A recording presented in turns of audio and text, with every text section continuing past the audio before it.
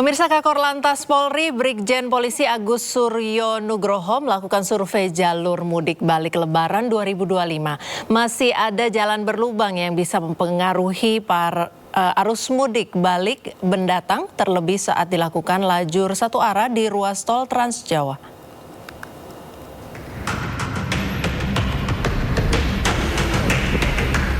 Kakor Lantas Polri Brigjen Polisi Agus Suryo Nugroho meninjau sejumlah titik di ruas jalur nasional, jalur Pantura Simpang 3 Pejagan, ruas tol Trans Jawa, dan Jalan Nasional Semarang hingga Brebes, Jawa Tengah.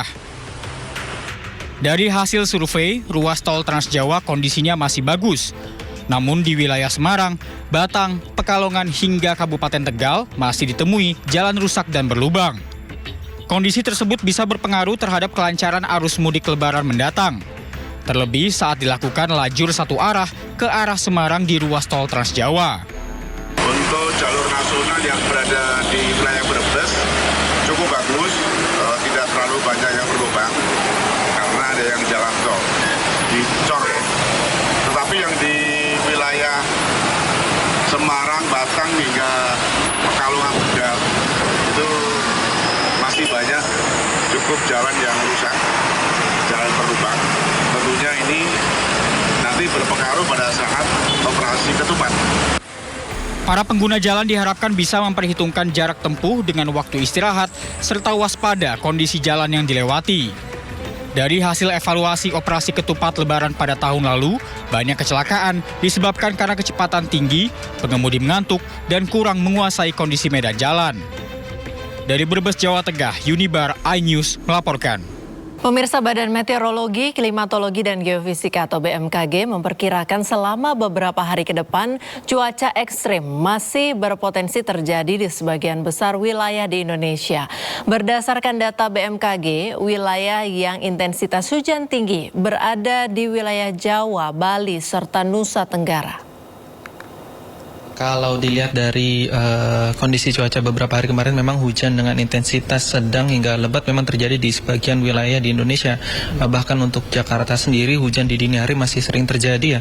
Kalau dilihat dari beberapa hari kemarin memang masih terlihat ada siklon tropis Thalia ya untuk wilayah perairan Samudra Hindia Selatan Banten yang saat ini bergerak menjauhi wilayah Indonesia. Dan kalau dibilang pengaruhnya siklon tropis Thalia sudah tidak berpengaruh untuk cuaca di wilayah Indonesia. Namun untuk ketinggian gelombang masih cukup berpengaruh ya untuk perairan wilayah Indonesia. Selain itu, kalau dilihat dari pengaruh lainnya, angin monsun baratan yang juga membawa angin kencang ke sebagian wilayah Indonesia bagian selatan, serta massa udara dingin yang dibawa dari surakan dingin dari wilayah Asia masih turun hingga ke wilayah di Pulau Jawa maupun hingga Nusa Tenggara untuk beberapa hari ke depan ini yang memicu cuaca masih cukup buruk untuk wilayah-wilayah tersebut begitu. Pemirsa, lebih dari sepekan banjir masih merendam ratusan rumah di Pamanukan, Subang, Jawa Barat. Korban banjir kini mulai kesulitan mendapatkan air bersih.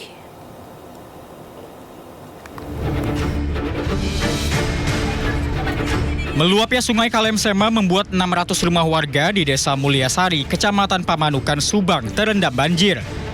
Banjir kali ini merupakan yang ketiga kalinya sejak 10 hari terakhir.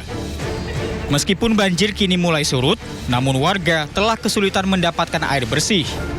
Warga terpaksa mencuci pakaian di genangan banjir di depan rumahnya. Si piringnya pakai air ini, nggak ada air bersih apa gimana? Nggak ada.